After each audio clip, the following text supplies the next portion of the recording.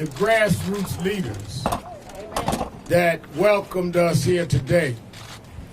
Yesterday we spoke with the brothers and cousins of Brother Floyd, and we said to them, thank you, we said to them that in 2014, Eric Garner was assaulted by police in New York, choked, put in a chokehold, and said, "I can't breathe." And the officer would not let the chokehold go, and he died. They would not prosecute that officer. Wow. It took us 5 years to get him fired. Can't take 5 years. If they had prosecuted that officer, maybe Floyd would be alive today. Amen. Amen. Why do I say that at the scene of his death? Is because we're going to make sure that this prosecution goes down. So we're not somewhere 5 years from now saying they should have prosecuted Floyd. Yes.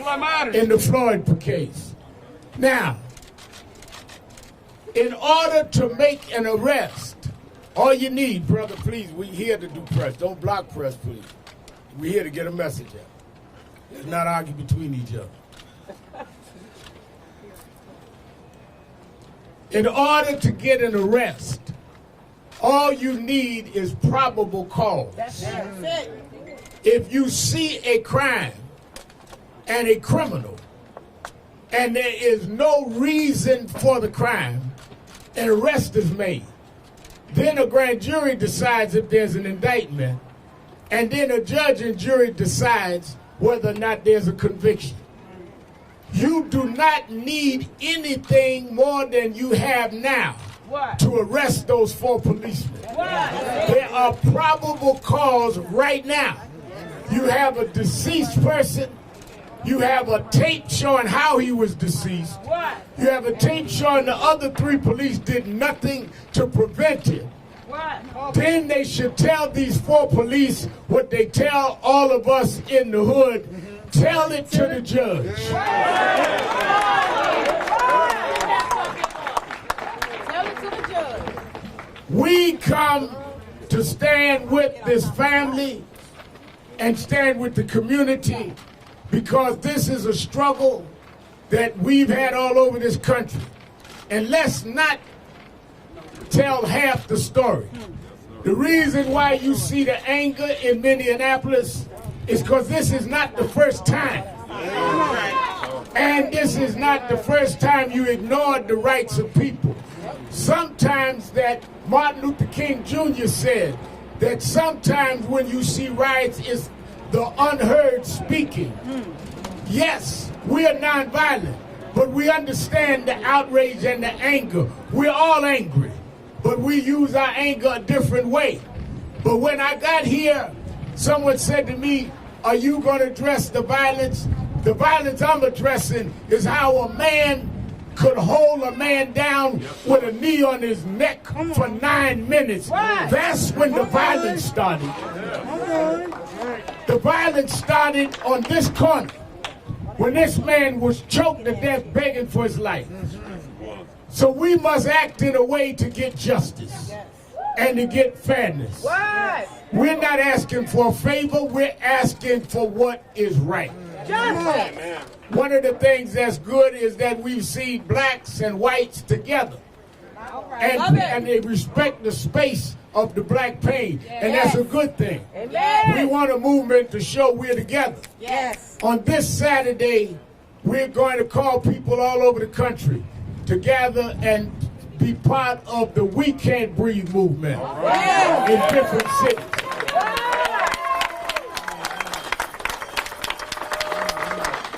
Gwen Carr, the mother of Eric Garner, and I are going back to the scene where he was choked in New York on Saturday to link with those here in Minneapolis and around the country. So we wanted to come here first and give our respect. We will be back for the memorial services and the funeral. The family has asked us to speak, they're going to do memorial services probably here and in Houston, where he was raised. He was born in North Carolina.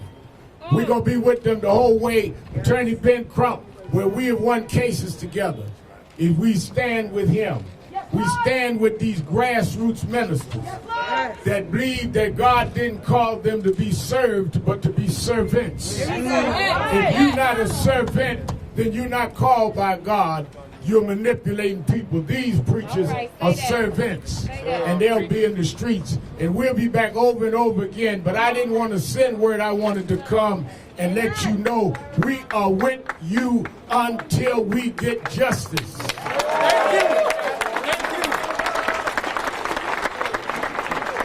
Let me also say, there are those that say to me, Reverend Al, we need peace, and we do. But there's a difference between peace and quiet. Some people just want quiet. The price for peace is justice. Don't just tell people to shut up and be quiet and keep suffering. Give them peace. Let them know the value on their life. Let them know the law works for them, and you won't have to quiet them down. They will be glad about it. We want justice, no justice, and no peace. That's what we said. Let me let Ms. Carr, the mother of Eric Garner, who this started with, I can't believe it.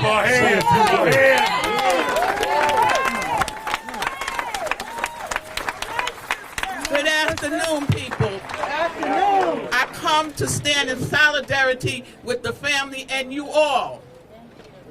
As you know, this happened to me almost 6 years ago. Oh, hallelujah. And this is just opening up an old wound, pouring salt into it. They keep coming into, the police officers come into our neighborhoods. They brutalize. They terrorize, they murder our children, and we have done nothing. They don't find a weapon. They say they thought that they saw a weapon. They feared for their life. How did they fear for their life in this case? They had a young man in handcuffs. I didn't see any resistance. None. Why was their foot on his neck? What? And then they said they tried to resuscitate. How are you going to resuscitate a fatally injured person? What? This memory is so clear in my head. Years ago, the officers involved in my son's murder, it was lies after lies, cover-up after cover-up. I just commend this mayor for acting so swiftly. Because in my case, it took 5 years. 5 years just to fire one officer, and it would not have happened if I wouldn't have kept pressing on after the federal government said that they wasn't going forward. I said, you may not go forward, but I am. And that's what you must do. Because this is not going to be an easy fight. I'm going to tell you right now. Everybody is with you now. But later on, it's going to be a lonely road. And only you can choose if you're going to keep on going or you're going to just lay back and say, oh, this is another news story. We cannot let this be another news story. No more. We all have to get out and stand together. And we don't have to do it violently. We can do it politically. Yes, we can. Voting is coming up. Yeah, it is. Don't sit around and say my vote don't count. We put these politicians in, and we can take them out. Okay? But it's up to you.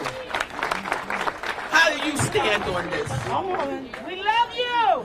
I do my part. A lot of things y'all don't see me. Y'all see me on TV sometimes, but a lot of times you don't. I'm up in Albany, my state capital, talking to the legislators. I don't believe in writing letters. I don't believe in phone calls. I believe in face-to-face. I want them to see me when I ask for my demands. And I want your personal cell phone number. I don't want the office number. I want your personal number. So when you don't do what I ask you to do, or I can tell you, you want my vote? You better come and get it. Okay? And so I hope all of you do the same. And we're not going to forget this young man. We're not going to forget my son. No. But you know what? We must go forward because this young man, my son, they won't come back. But we must fight for others. Must fight for your son, your nephew, That's right. your grandson. That's right. So let's stand together. Amen. Come on, we can't breathe.